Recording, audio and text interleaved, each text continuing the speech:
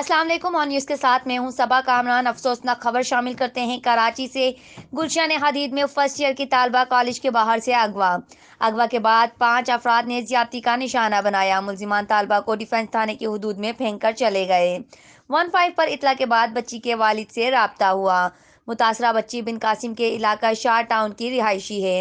Police نے مقدمہ درج کر لیا۔ 2 ملزمان گرفتار۔ ایس پی ملیر واقع گلشن حدید کالج پہنچ گئے۔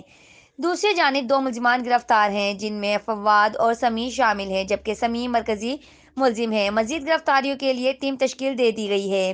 D S P Bin Qasim Azam Baloch, S H O steel town, S I O steel town شامل ہیں۔ رپورٹ کر رہے ہیں crime reporter Akhtar Afzal, on news Karachi.